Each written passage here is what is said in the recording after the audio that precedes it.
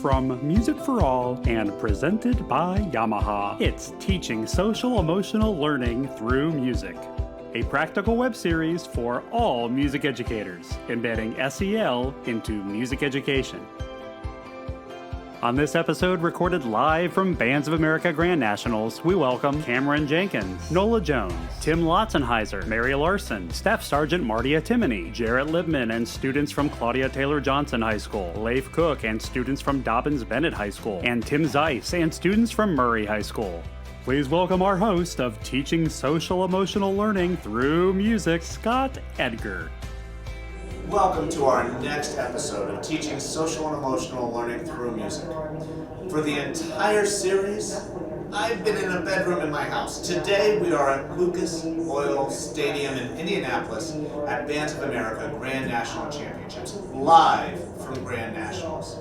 Over the course of the next day, we're going to talk to educational leaders, judges, and most importantly, directors and students about the experiences they've had this season and the powerful emotions that have come out from taking the field after such a challenging year and a half. I am so looking forward to sharing with you the stories of social and emotional learning in music education live from Grand Nationals.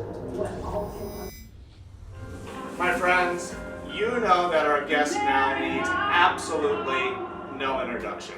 We are honored to be joined by the legend, Dr. Tim.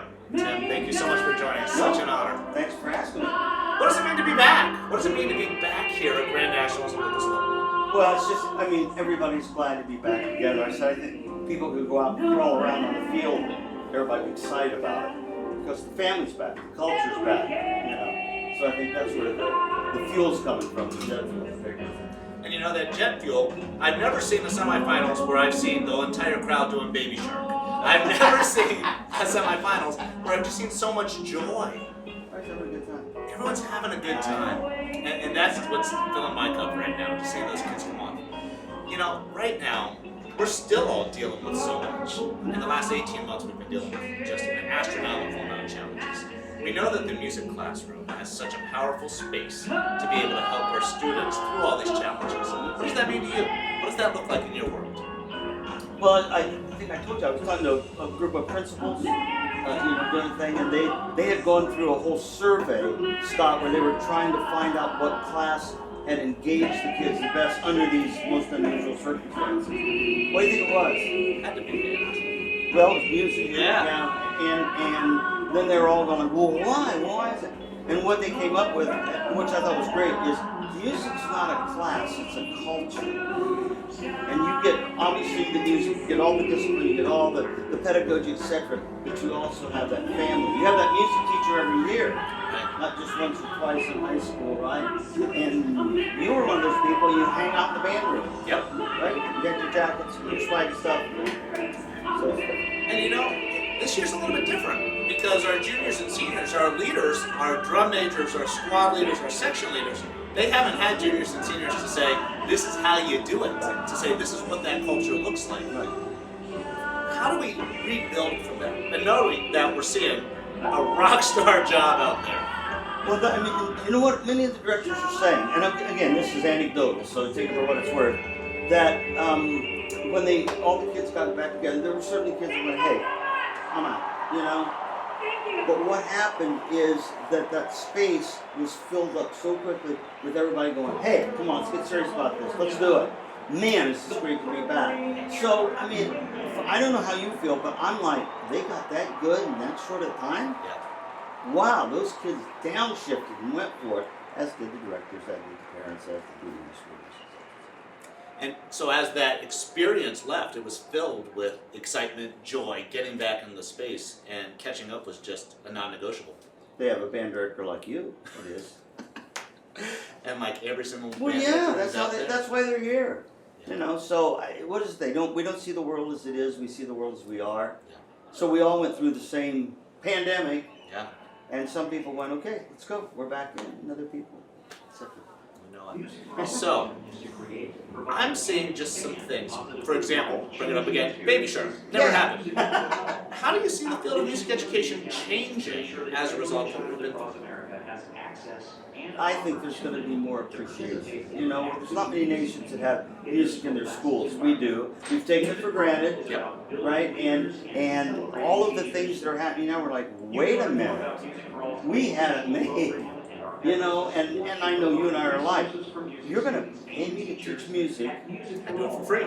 No, yeah, and there's this sense of, no, I want to be with that family. I want to be with that ilk of people. I want to be around people of like minds and like hearts and souls, of course, for us in music. So, my friend, you've been doing this at just an exceptionally high level. You've seen the highs and lows of our field. Mm-hmm. If you had one dream for music education, what would it be? Every child had music in their lives. Because every child can make music. So that's why music teachers are so important. Because that's the front end of the funnel, right? And if they get in, and you know, once you taste it, you have to have it all the time. And so maybe we'll see it some. You'll see it in your lifetime. Man, it's the healthiest addiction I could think of. It's the best. Absolutely. My friend, such a pleasure. Thank you. Thank you. My hero. Bye-bye. Folks, we are so fortunate today to have Mary Larson from NAMM here to talk to us about the power of music education in this time and how much joy we're feeling being back here at Grand Nationals. Mary, thank you so much for joining us. Great to be with you, Scott. So why is it important for us to be back here at Lucas Oil Stadium for Grand Nationals? You know, I walked into the stadium opposite the crowd a few hours ago, and I looked down on the field and I said, I can't believe the level of commitment that was sustained through the pandemic. By music teachers, by parents, by schools, by school board, and we're here back playing music, watching these kids play music together in the most incredible, energetic way. So, you know, this is community, right? This is connection. This is people coming together and making something together, and it is astounding. You know, we think we understand it from afar, but when you're in it like this again, I mean, lives are being changed on that field every 15 minutes. When these young people and their families in the stand and their teachers, it's incredibly profoundly moving and on the emotional level, right? I mean, you can't really be in this environment and not just get welled up over and over and over. And again, I think of the lives that are changed playing that music and making that music. It's really amazing. We were joking about it just a second ago, but it's how can we ignore the amazing things that are happening right over our shoulders? These are those lives that are being changed. And we know that the things that you brought up, that feeling of belonging, that feeling of resilience, we've all had to fight through tough times. We know that the music classroom can be that perfect space to address some of those life skills. So why now more than ever is the music classroom important to address some of those social and emotional skills? Well, we've all had this year apart, right? We've all had a year separated, and music is a vehicle that allows us to take our skills, our skill set that we have, that we're developing, because it's always improving, and our commitment and our conviction, right, which is also developing and strengthening, and to work through music, we become empowered and enabled and committed people, right? So you think, you know, we see this final product, and this band is just coming off the field now. We experience this final product. You were a teacher, I was a teacher. We know that this is a continuum of experience that starts sometimes early in the life, or whenever it starts, but it grabs. And there's meaning and purpose in all of that. And then we see these young people go on, many to become teachers, many to play music for life, right? So it's a powerful, powerful force. And now as we're coming together as communities, it's defining our communities again. It's defining that purpose and that connection and that meaning. It just is. Through, you know, not words, but through something that's kind of maybe more physical and more neurologically deeper than words, emotion, right? So, yeah, this is a profound moment to be together, to see, again, the community commitment to making making sure these experiences are part of every young person's life. It's part of our identity. You know, and I think that's so much of what we've longed for during the challenges that we've had. And when I see these students out here just playing and marching their hearts out, that's just such a big piece of it. Now we know that we can't be we couldn't have gone through what we've already gone through and not be changed in some way. You know, my hope is that we've learned lessons because of the pandemic and we emerge stronger. What are some ways that you see the field of music education adapting, changing, morphing to respond to the challenges that we know that our teachers and students are facing? You know, I have tremendous admiration and respect for what music educators did through the pandemic. Yeah. And I think what possibly, though I haven't done the formal research or survey work, but what I learned from music teachers anecdotally was they themselves were learning about the enduring power of their art as a music teacher. And I think the more they created online, the more they connected, the more that they dove into multi-layers of connecting with students through creativity, through analysis, through interpretation, through analysis, that they maybe as teachers, again, this is an informal survey, the teachers that really went deeply through their own experience emotionally, they have emerged as different teachers. Right. And they're maybe coming back to the live event with students every day and going, you know, I'm going to teach differently. I'm going to teach in layers.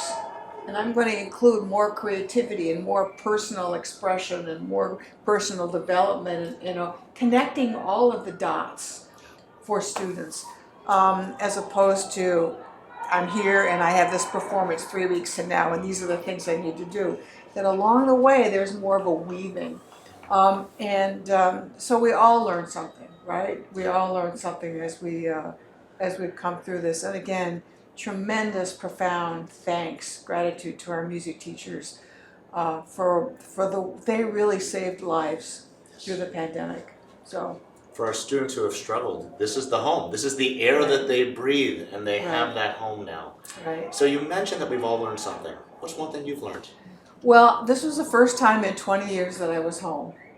It was quite amazing for me not to be at events like this every month or be traveling and being in Washington every month. You know, we were, through the NAM and NAM Foundation, we were extremely active online with massive amounts of webinars and outreach.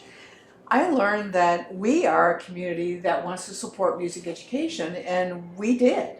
And we did it by not giving up, by connecting one another, to one another, and through one another. And you know, the more, here's I guess what I learned. There is nothing more powerful than collaboration and mutual support. And and because it's the essence, I think, of our social emotional lives. When I can come to your organization, this organization, our NAM members, our businesses everywhere, and say, how are you doing? What can we do better together to improve music and music education? And you know what? That was the glue through pandemic. That was the glue online. And we never stopped asking those questions. And if anything, in this chapter of my work, after pandemic and after 20 years at NAM, I'm going, you know, how do we strengthen that with mayor's offices, with members of Congress? So we keep knitting together this purpose and break down barriers for opportunity. That's absolutely the most important thing. I guess I'm eager to do now is I'm back on the road. I'm back on the road, so no more, but it was a reflective time. It was actually the hardest year I've ever worked professionally because of all the layers of service and challenge that we really wanted to conquer as our association. So grateful for this. Boy, this fills our cup. This is oxygen. Yeah. Mary, oxygen. From the bottom of my heart, the advocacy that you provide this field and the advocacy that NAM provides, we wouldn't be here without you. Oh, thank From you. the bottom of our hearts, Thank we you. all owe you a debt of gratitude. You kept things going through the pandemic, and now here we are. And I have to thank always our remarkable NAM members. Yes. 10,000 around the world, all the important brands that are here. You know, I make a joke, we see almost as many instruments at Grand National as we do at the NAM show every year. There's a lot of instruments here. And those all come from our band members and their artistry and the beautiful things that they're contributing. So it's thanks to all of them that we're able to help lead the charge with all of you. So thank you. And that artistry, those instruments change kids' lives. Absolutely. One quarter note at a time. 100%. Okay. Mary, thank you so very much for joining us today. Thanks. Folks, we're in for a treat. So, our next guest is getting ready to judge finals, and we grabbed her and we said, Noelle Jones, we know you have general effect to take a look at some of these 12 bands that are going to perform tonight, but will you come and talk to us for a few minutes? And she said, of course I will. Nola, thanks for joining us. It's a privilege, Scott. You've done so much for our profession during COVID, and we've all fallen in love with your message and with your spirit, and it's anytime I get to spend time with you is a privilege. Well, and you know what's so funny? We've interacted online for a year and a half. Well, we met like 2 minutes ago. I feel like we've been friends our whole lives, and in a past life too. And that's what that matters, right? Yeah. Nola, what does it mean to be back at Lucas Oil Stadium? It's been goosebumps all weekend. I can't tell you, I've started carrying Kleenex around with me because I never know when the waterworks are going to start. Probably need one now. It's just so joyful. It's an incredible feeling to be back and to see all the students performing their hearts out and all the parents cheering for each other. I mean, last night, every single band got a standing ovation from a packed house. And that standing ovation, it wasn't, we say it's about the music. It was about the community. It was about coming back. It was about doing things together. So, as you said, it's hard to pull back some of those waterworks. What are some of the inspiring things that you've seen these last few days? Oh, Scott, I have to make a list. One of the things that happened yesterday. It was yesterday. It seems like a year ago. It all just blurs. We were coming to the stadium to judge preliminaries between rounds, and as we were walking through the convention center, all of a sudden there was like this Macy's Thanksgiving Day Parade flash mob of parents that started. One group of parents started cheering a band that was coming off the field, not their own kids. And then other parents picked up on it, and I'm gonna get goosebumps telling it. And before you knew it, you looked up, and all the way down the hall, as far as you could see, was this gauntlet of parents cheering kids that were coming off the field. And it was just the most exciting thing. They don't get that at home. Athletes are used to that. Musicians don't always get that. And the fact that the parents got it, because the parents were there at home for those 18 months with their students, and they saw their kids suffering. And I'm sure there was a feeling of, that's someone's kid. Yeah. I'm going to make it up for them. Yeah. Oh, so good. So, right now, everything we're talking about is music, but it's so much about this social and emotional side of what we know that music education can do. Why now more than ever? Do we need to intentionally address some of these social and emotional components in our classrooms? Well, you know me, we've had so many conversations outside of this 5 minutes that we're spending together, but as a music administrator, as a fine arts administrator, what we're seeing is the gaps between children who are high achieving and children who are not high achieving tends to widen during times like this, and that COVID is absolutely no exception. This will be looked back in history. There'll be a lot of studies done about this. There already are. So what we're seeing is that because of our multi-year relationship with our music students and families, we have the opportunity to help close that gap faster. And what it does is that, not to issue platitudes, but a rising tide raises all boats. So the children who are already achieving are put in a position of mentoring and leading, and we're teaching them how to be leaders in our society. And the children who are maybe not achieving at the highest level, or don't have that motivation, or don't have that opportunity, we're seeing those gaps being filled, and we're seeing it being filled by music teachers. Administrators will tell you their music teachers are being the most successful. And of course, music teachers will tell you a lot of them, they feel like they're drowning. And yet we know we're still doing better than the rank and file classroom teacher. 100%. Now, you just brought up something that was really, really critical for us to think about, and that's the struggles of our teachers. How can we take care of our music teachers? Well, Scott, you're the beacon for that, man. You from the very first day, I remember when I was putting together the institute for the summer, you were one of the first people that I called and said, we've got to retrofit this whole thing. It's not going to be in person. And by the way, we're now in the middle of a pandemic. Please help. So what we have to do is we have to make it okay to ask for help. Yeah. And you know, it's okay to be vulnerable. It's okay to admit that we've never had. There are no best practices for pandemics in education, and be willing to seek help. And what we know about teachers is we're a tribe, and we're a community, and we're a profession. And we link arms, and we hold each other up, and hopefully we just don't all sink at the same time, or in the Finding Nemo, keep swimming. We're just going to keep swimming as a group, and we're going to come out of this. And it's okay to sink a little, because we're going to have our friends there to keep us up. You bet. So, that press box is waiting for you tonight. And when you take that space up there and you look at these incredible programs that are putting it out there tonight, I'm sure this year feels a little bit different. So how has what we've been through for the last little bit affected how you judge? There's a renewed joy in everything. You know, it just...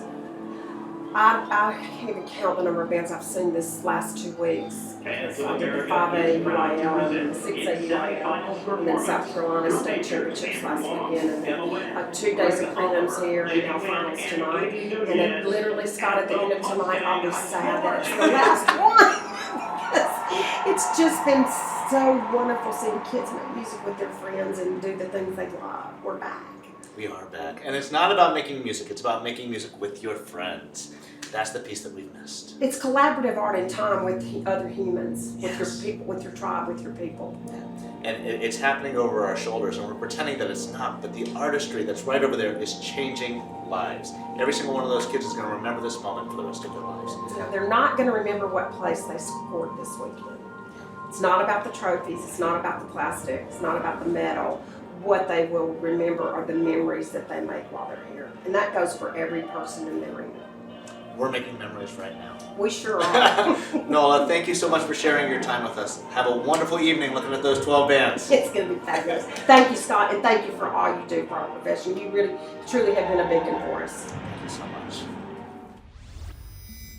There are times in our life when we meet somebody and it's like you've known them your entire life. Our next guest, we've met online 100 times over the last 2 years. And yesterday, I met him for the first time. We are so fortunate to have one of the leaders in music education, leader in music leadership and advocacy with us. Cameron Jenkins, welcome. My brother, my friend, I'm glad to be here, man. Look at all this, like taking it all in the moment. Glad to be here. This is the moment. Yeah. So what does it mean to be back here? What does that mean to you? It means so much to see our students really come alive. And you can see it. And the magic is happening really in the tunnels when they're high-fiving each other from opposing bands and celebrating each other. It's not about the competition. It's not about that. It's about this moment of them sharing together and living their dream, right? And to see them live their dream is helping me live mine. You know, I come alive watching them come alive. Cameron, you know what was funny? You know, before we started an event that we had earlier today, I was looking outside at the parking lot. Right. And there was band happening behind me on the field inside the stadium. Right. But there was band happening out in the parking lot.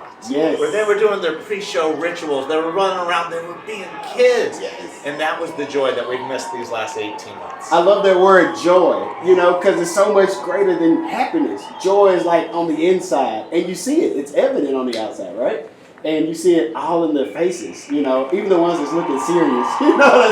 Well, we just saw the entire stadium doing Baby Shark. Right. Would Would that have happened pre-pandemic? Oh my goodness, and we need that. We need that. Dr. Richard Crane and I were saying we need the funness back, you know, the joy back, the joy of music and music making, right? We need all of that. And doing it together. Yes. It's only better together. You know it. So Cameron, Yeah.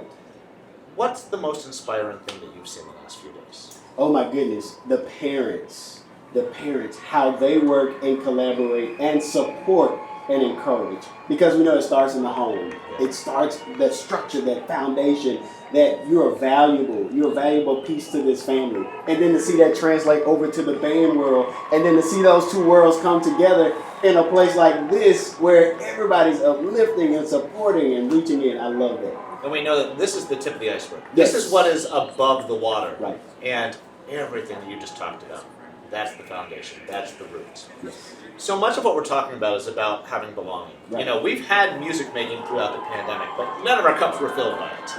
Right. Coming back together. So what does belonging in music education mean to you? It's everything. It's where your identity is. It's to let you know that even if I'm a broken crayon, I can still color.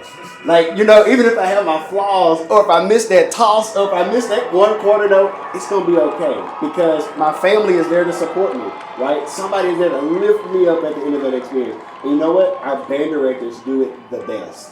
Lifting up our students, really being a forklift, and picking them up in their lowest moments. And that's magical. The forklift, I love that analogy. Now, there was something you told me yesterday about the speed of life and what we need more than ever. And I think if you could just remind our audience about that, because this is what we're living right now. Absolutely. So the concept is that life moves at the speed of relationships. And if you want your life to speed up, then check your relationships, right? Because the relationships accelerate your life. We see it all over the field, all in the tunnels, all in the parking lot, with these relationships that are happening. They're magical because life is accelerating. In our relationship, brother. I love it, man. Thank you so much for joining. Yes, glad to be here. Get Thank back you, out guys. there and see some bands. Yes, absolutely. Live from Grand Nationals. Such an amazing day of capturing the voices of what it meant to be come back together. What it means to come back together with our family, with our band family, after being away for so long. So what a fitting way to capture the end of this day for me to say, I'm not going to do this interview. I'm going to tag in my friend Cameron Jenkins. Yes, man. We're just going to have a conversation and bring it all in together. I'm so excited because we met virtually, right? So during the pandemic, like all the things that were taken away from us, this is a real-time example of what was added, or shall I say multiplied, to my advantage for sure. Oh my goodness, Staff Sergeant Timmy, Dr. Scott Edgar, I am just blessed to know you. I'm just wondering, okay, like just give me one highlight. There have been so many highlights all weekend long. Staff Sergeant Timmy, what's one highlight for you? I think the biggest highlight from this entire weekend has to be realizing that there's less than 6 degrees of separation from all of us. I mean, I've met a whole bunch of people across the entire past 3 days, but then especially throughout, speaking to everyone, I realized, oh, you used to teach at the high school band right down the street from me. You used to be the mentor of my mentors. People I went to school with, they're now directors on the field leading their students. It's crazy, and I just find that just so exciting and whatnot, and I just want to keep that feeling going. Oh, absolutely. I love that. My brother, my friend, what's the most exciting part? Realizing that the content of our hearts is what brings us together. You know, we haven't been together. Cameron, you and I met for the first time in person yesterday. Yesterday. Yes. But we are so like-minded, like-hearted that it feels like I've known you for 15 years. Absolutely. And that when you come together, that's the joy. That's the moment. The other piece that I've loved is band is happening behind us. Right. But one of the coolest things that I spent time out is I just looked at the parking lot as the bands were unpacking. And they were just being kids. And that's what we've been craving. Just being together, being goofy. That's band too. Yes. And I've seen that just so tangibly and powerfully these last few days. Absolutely. I love all of the magic of what has happened here. The only unfortunate thing is that we can't bottle it or something and ship it out to our friends, yes. All over the nation, all over the world. Music educators all over the place. We need this kind of energy, this kind of love, a good pat on the back, right now. So I'm asking for, what's your word of encouragement to music educators literally all over the nation, all over the world? What would you say, Staff Sergeant Timmy? I guess I would say that business isn't back to usual. I think business is even better. And the fact that we're able to build up to this moment tonight, where we're all in person, we have people in the stands, we've been able to put on amazing performances. Let's continue doing that, but just make it even better, more efficient, especially leaning on like the resiliency of really the students. They're a lot more flexible than we give them credit for. And if anything, if we lean on them as far as, helping us push into the future and just be more modern with how we're going to do it, like who knows what the next big thing is going to be as far as marching band or just music education as a whole. Oh yeah, I'm excited about the future of music education. Like that excitement was also in the room this morning when we did the Future Music Educators Roundtable. Yes. Oh my goodness, that warmed my heart. We'll come back to that in just a second. My friend, what would you say as a word of encouragement? You said that our students are resilient. They're often more resilient than we are. Yes. It's like oftentimes when I'm just thinking, how am I going to pick my students? And I'm like, wow, they're 10 steps ahead of me. Yes. That's the powerful inspiration, that we don't have to be the expert. So you say, what's the word of encouragement? It's almost like it's okay to take the foot off the gas. It's okay to say the beauty is what we do with our students, and that we need to take care of ourselves too. Yes. And it's okay to say, it's been a tough go. Self-care, we've all been talking about self-care. And I think self-care has always been framed right now about how can I be more productive? How can I have that productivity get back and just get out of the park? Right. Self-care is about saying, you matter, not about productivity. Yes. And that's my word of encouragement, that you matter more than your job. Absolutely. And your kids are the reason we show up. Yes. Oh man, look at it. My bucket is still just getting more and more. I want to just go back to this morning, just for a second, and just find out from you what was one of those highlights from this round table. So just to paint the picture, we have college students from all over come in and just learn and ask questions and glean from each other. What was the moment for you this morning? So I work with college students all the time. Right. I mean, that's my gig, that's my job. This morning, I think what was powerful for me is I see the microcosm. And today I saw the future. I got to see it across the country. I got to see a room full of passionate music educators. And my takeaway is the future of music education is strong. Yes. Game on. Yes. But the other thing is, I don't think the future of music education is going to look like the past of music education. I saw a vision, I saw people who were thinking about, I want to do this for a living, but it's going to look a little different. Yes. Right? Put me in. Yes. We talked about at our table, if I can share, that we got to be married to the mission of giving access to students all over the United States for music and music making. That's the mission. The methods, they change, they go, right? The virtual piece. Yes. Right? That's a new thing. In 2018, I did 0 virtual lessons. Right? What was Zoom? Exactly. But now, using that method and incorporating it in such a way is just magical. Staff Sergeant Tiffany, what was a highlight from this morning for you? The more I think about it, yes, we were in a room with music educators, but I remember some of the responses to like some of the prompts that you were giving really had nothing to do with specifically music. We talked about, like, the very first thing one of the students said was, as we're, not building programs, we're building people. He said, it's about character. Instilling character in the people around you, as far as your peers, your students, maybe even like the people who are above you, like administrators, like my superiors. We talked about everyone has value. And what that means is, hey, we know that we have, kids who are probably going through a hard time. We're sharing personal stories. Right. As far as like when I had a hard time in high school and what got me through that. And we talked about value. We talked about, dignity and confidence. We just talked about the human characters. That the best line was, we said that we're really trying to reach people. We're not just only just teaching music for that. And music might be the vehicle of how we're trying to reach to the soul of, these two, like, relationships and connections. But at the end of the day, as us as educators, as marine musicians, whatever capacity that we're in, to just really reach people on that compassionate, like, human level, so whenever they're out in the world, it just hopefully multiplies. Yes, absolutely. We want it to multiply. Yes. Like popcorn. We want it to just go all over the U.S.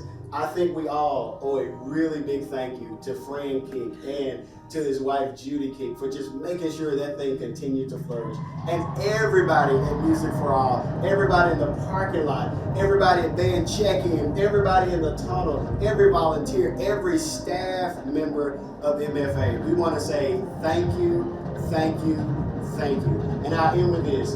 Our responsibility literally is to lift other people up. And I'm so excited that right here in this room, just a few moments ago, we had the opportunity to lift up a future music educator. Yes. And I'm excited about it. Yes. Friends, we love you. We cannot wait to see you very, very soon. Take care and thank you. One of the most amazing parts about what we're able to do here is we get to get the bands in this space right after they took the stage. And I still have chills from what I just saw from Dobyns-Bennett High School. Mr. Leif Cook, and we have drum majors Connor, Grace, and Ella. Thank you for joining us. Such an honor. How does it feel coming off the field? It feels amazing. I mean, we've worked so hard for this. I'm so proud of all of our students and everybody who's put so much effort into it. We've really worked really hard this year. And it paid off. What does it mean to be back at Grand Nationals? It's undescribable. I never expected I would be as taken away as I am right now, but I loved it, and I can speak for everyone else when we're so happy with the experience we've had, and I wouldn't trade this for the world. Can you tell us a little bit about what that experience is? Is there a memory that you're going to take with you for the rest of your life that you've just had out there on the field or while you've been here in Indy?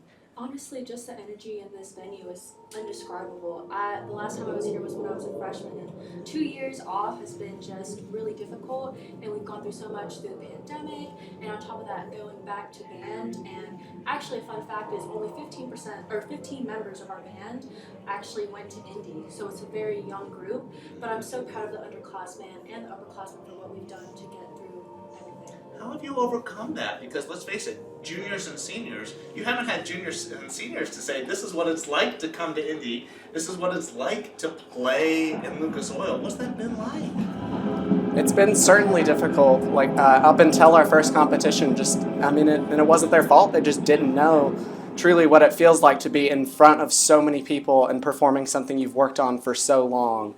But after this experience, I think everyone really enjoyed it and really knows what it means to compete, and I hope everyone enjoyed it. So. We talk in our staff, we've talked all year about institutional memory loss, how our kids, we went to Grand Nationals multiple years in a row, and the kids just knew. They knew small things like where the tunnels were and how to come in and out of the warm-up room, and then they knew the bigger things about the work ethic and what it required to actually be competitive when they come. And all that was gone. And so it's been like a real retraining just to get kids ready to compete at this level. But it's also been super fun.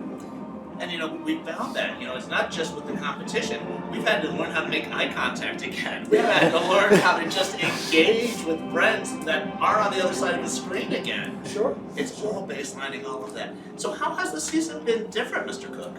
Well, I mean, really, it's mostly what I just said. It's how we took for granted how much we didn't know what they didn't know. And so once the pandemic hit, and we took the year before that off from coming to Grand Nationals, and so we were on a 2-year hiatus. And of course, all the virtual learning and kids playing their horns in their bedroom and not really producing the normal tones that help us, sound the way we want to say. It was a lot of work to get to where. It was a lot more work to get just to the starting point than to try and get all this to happen. Sure. But it was rewarding work, and I think our program is better for it. I hope the kids think they're better for it. I definitely feel like I'm better for it as a teacher. Well, Mr. Cook, what I just saw out there, yes, there was musical excellence out there, but there was this tangible sense of belonging, a tangible sense of joy. And when everyone was singing at the end there, I don't think there was a dry eye in this room at least, let alone in the audience. It inspired me. What's something that you've seen in this last little bit that's inspired you? That the kids, how they emotionally connected with our show. This show, our design staff put together an amazing show for us to do. and it's about where we live. And we're a little different than a lot of the bands who come to Grand Nationals. We're in a small community in the foothills of the Appalachian Mountains. We've got an incredible support network of school systems and parents and all that, which allows us to come up to Grand Nationals. But we're still a little different than a lot of those programs. And we were able to tell our story through our show and to talk to our kids about how amazing it is that they can come up here and be in the mix, to be a finalist and be respected by all these other programs that have a lot of resources that our kids don't have. Identity, that idea of where you've come from and capitalizing on it. Thank you for exploring that with your students, because that's the true gift of music education. How can we use our music classroom to really teach some of those powerful Sure. things? Do you guys have your pictures? Yes. Yes. So each student carried a picture of a relative from the Appalachians.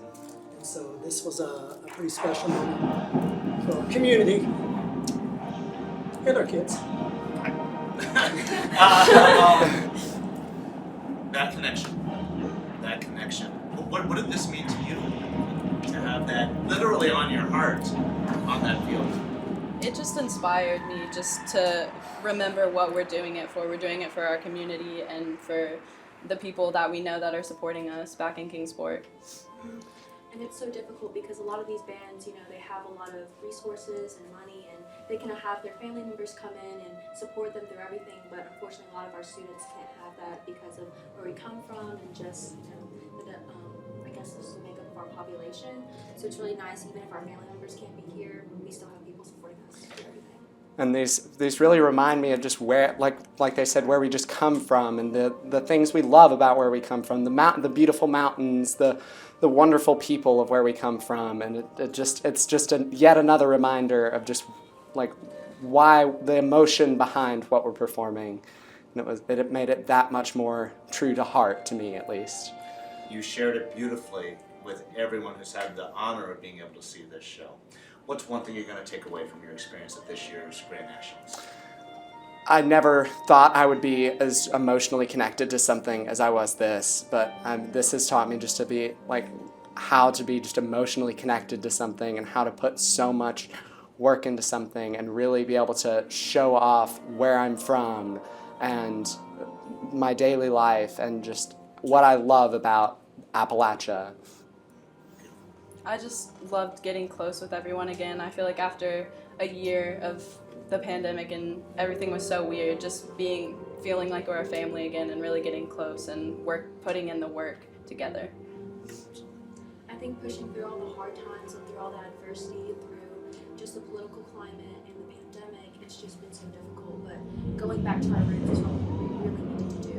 I'm so glad we did that for the show. Seeing kids care about something separate from competitive outcomes. This has been a journey that has really at no point had anything to do with win, loss, score. And very early in the season, we realized we had something special. And so just sharing it with audiences has been all the reward. That sounds so cliche, but really, it's been all the reward we needed as a program. And sometimes a little cliche, a little joy, I think we could all use a solid dose of that these days. For sure. Mr. Cook, Connor, Grace, Ella, thank you. You've given us all a gift with your show, and thank you for sharing a few minutes of our time. We are so fortunate to be here with Murray High School from Kentucky, our Class A champions. Mr. Zeiss, Emily, Eliana, Leah, and Jeremiah, welcome. Thank you so much for joining. How was that? It was Amazing? Yes. So great. So, that was exhibition. There was no pressure. You already did the hard part. Tell me about that. What it meant for you to go out there and be able to hit a home run. I watched this. I still have chills from what I just saw. What was it like to go out there and just do it for the joy of music? That was our fun run, like our victory lap, like everything we worked for this season paid off, and it was just for like our staff, our parents, for us. It just means so much that we could work so hard the entire season and then come here and just like our band director Tim Zeiss said, we just have to perform it like we practice, like it's a Monday night practice, like it's a Thursday night practice, and that's what we came and that's what we did, and it was awesome. That's all you have to do, really. It's just focusing on what makes the program or what makes the show and not getting lost in the crowd noise and the people cheering, and it's fun, it's magic, I love it. So that was as much fun as I think I've had seeing a band have in a long time. But you know what, let's just be honest with ourselves. The last 2 years have had a lot of not fun. So on the heels of everything that we've been through, did that make it just that much sweeter? Absolutely. What did that mean to you? Just going all that time without being able to experience marching band and being able to, well, be with our family. It was just such a great time to be able to perform as well as we did, and just together, especially after all that time that we could. Yeah, it was so amazing to have that break, and all of us wanted to be together so bad. And then when we came back, we were all ready. We were hungry and we were ready to kick some butt. So we worked really hard. Yeah. It changed the dynamic because coming in after a COVID season where we played for football games and practiced maybe once or twice a week, so different from like an actual competition, and coming in with 51 rookies, it's just really impressive to think about, and it makes me really proud. Well, juniors, seniors? All seniors. All seniors. Okay, so fourth year, that was the last run. We are actually all fifth years. Super seniors. They were the first group who we've ever decided to and kind of have special invites up, and the first group, and they actually led us to our first state championship in 2017.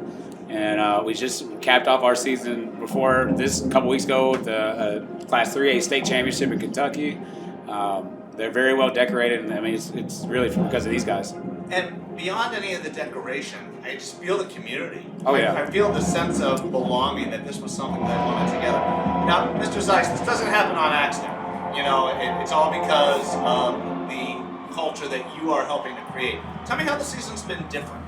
You know, this season, just coming back from the COVID season was just really challenging at times, and just kind of, we knew it was going to take a little time to develop, and I will say that usually we always get our leadership team and we get them together, and I let them kind of drive the bus, and we told them that like I'm a facilitator, and really if they follow and they lead, the other groups will follow. And we had 51 rookies. 51 out of our 91 kids, and so that was a daunting task at the beginning, and we all knew it was probably going to take a little extra time, but you know we stayed true to the process, and I'm a big advocate of saying little things become big things, and the way we do things, and there's a reason and a structure for it, and they just completely bought into it, and obviously the success you see is really because of the seniors and because of them, and our community and band boosters are just phenomenal, and they'll do anything at a drop of a hat for us, and we're just so incredibly blessed here at Murray, Kentucky. Well, you said little things become big things? Absolutely. That's a big thing. Right, that's a big thing. You know, one thing that you said there was really striking to me. You said, I'm a facilitator. You know, I'm going to give it to them, we're going to listen. That agency, that student empowerment was just so powerful. It was evident out there. Yeah. They really took ownership. I mean, it was a fun show to get into, you know, and we just really worked on, hey, let's just have fun and be this character and just have fun, and really buy into it. Absolutely. What's the most inspiring thing you've seen these last few days?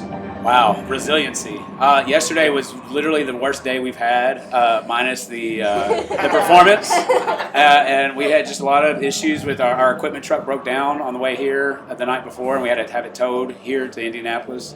And we had a hotel debacle, and we were late changing in the parking lot, and it was rush.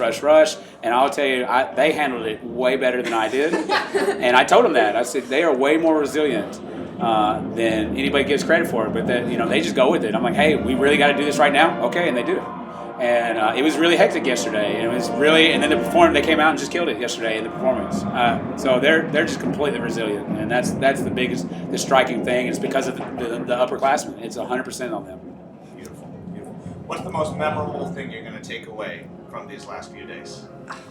I would definitely say I had a great night. How my friends and I talked and laughed and stayed up those hours when we couldn't sleep.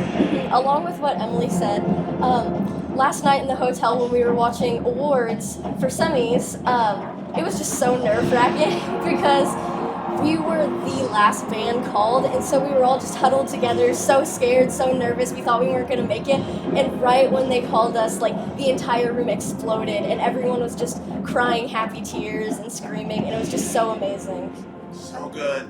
I think for me, it was like being able to be all together and like spend time together, knowing like we didn't know like how this was gonna pan out, and being together and actually like winning makes it a lot better. Definitely for me, being able to just go to this competition and thrive and watch all these bands together in the stands and perform here at such a high level and be able to just have fun. We are so honored that you took a few minutes to come and amidst the celebration, this is part of it. Mr. Zeiss, students from Murray High School, Kentucky, congratulations on your Class A championship. There are some moments when a band comes off the field and you just say, what was that? There are moments of pure joy. You had so much fun out there. The audience was infectious, but it was so emotional. You had that opposites attract. You explored the entire gamut. Folks, we have Claudia Taylor Johnson High School here, their director, Jarrett Littman, and we have Katie and Sebastian here. What was that like? You know, it's just so incredible. I think it really goes back to the theme of opposites attract. No matter what background or from our opinions, our perspectives, we all come together for marching band and create something truly inspiring down there. And it's just so exciting to see. So you've had that conversation. Yes, sir. These are things we've talked about, right? Absolutely. These are things that we value because we know that music gives us a space to have these conversations. Talk to us about that. That's great.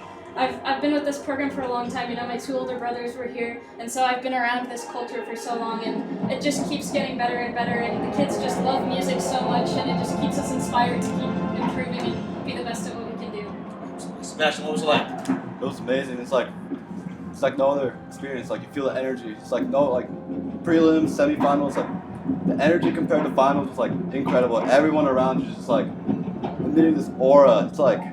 It's incredible what it feels like. You just get this burst of adrenaline every time you play, and it's amazing to be down there. It's really a pleasure. Mr. Littman, what does it mean to you? I think from the first hit of the show, for me, you can just tell how much energy they're putting into the performance, and it's hard not to react emotionally because you know how much they're invested in it. But to see them bring the show to life at a level that maybe I've never seen it before, you wonder if they're going to get it there. It's just really special. So Katie just brought up this idea about opposite attracts that we come from so many walks of life, so many different beliefs.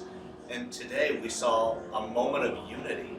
So talk to us about what this year looked like. Because this year, last year really different. This year's still pretty different. What was this year like for you? We've all been through a really difficult time the last 18 months. I don't have to tell you. And I think the country is hurting. I think the country is angry. I'm not going to say it's the most divided that we've ever been. And we were certainly not on the field tonight to make a political statement. We're on the field to hopefully inspire people to forget their troubles for a little bit.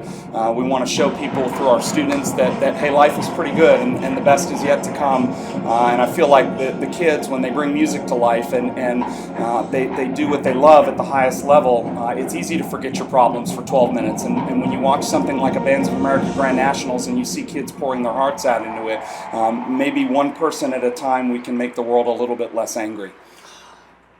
That's it.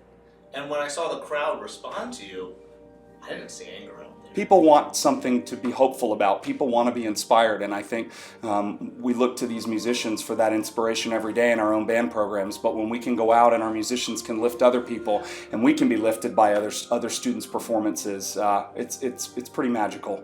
So Jared, you just used that word inspiration. What's inspired you this last little bit? My students, my family. Understanding that friendship and the people that I've worked with since the school is open, it's been the same directors and the same team, and we're there for each other, we lift each other, and I feel like our community through the last 18 months, with everything we've gone through, we've attacked it together. We've been there together. The students have bonded together, and they've just done an amazing job of every day coming back to work. And so when you get scared or you get nervous or you get frustrated, you spend 5 minutes around them, and they make you feel better. And I'll never be able to say thank you for what my own students have done, because it's brought a meaning to my life, and it's provided something to get up for every day when I know we need that. It's not easy to get up every not every day the last 18 months. I think we all know that, you know? Those last 18 months, what did that mean to you to do this on the heels of what we've all been through?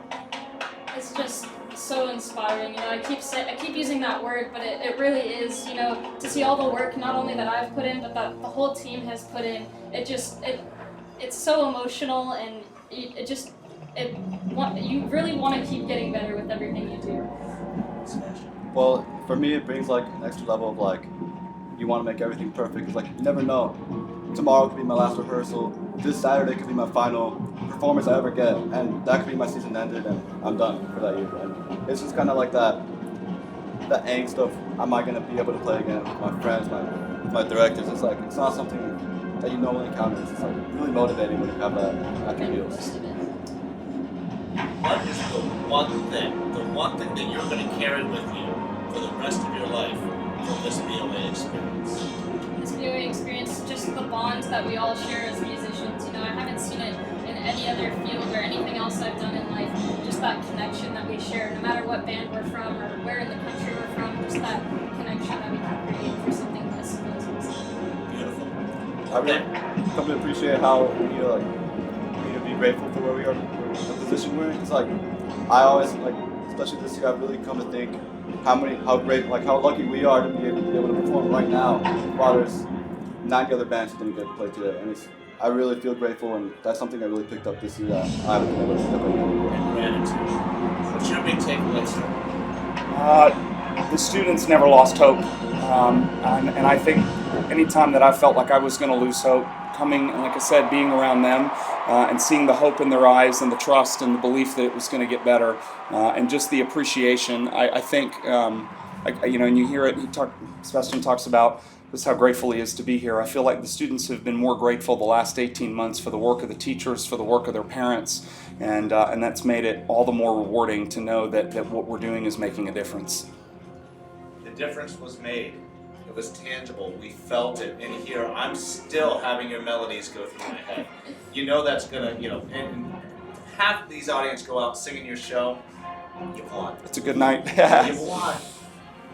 Thank you so much, Claudia Taylor-Jones, High School from Texas. Your director, Jared Lippman. Clearly, you're doing some really great things over there. The honor is all for you. Thank you for taking a few moments. Get back to your band. Thank you. Thank you very much. Teaching social and emotional learning through music. The heart of teaching music. Live from Grand Nationals. The first time we've been in the same space, being able to talk to people. This is what it's about. It's about understanding who we are, how we come together to raise each other up, and to see that each and every one of our students and teachers has a unique voice to make meaningful change. Lives were changed this weekend. We've heard the stories of lives being changed. I want to take this opportunity to thank everybody for Music for All. The gifts that they've given us to be able to come together and celebrate the power of music. The power of music to help build life skills, to move forward with identity, belonging, and agency. For Music for All, I'm Scott Edgar.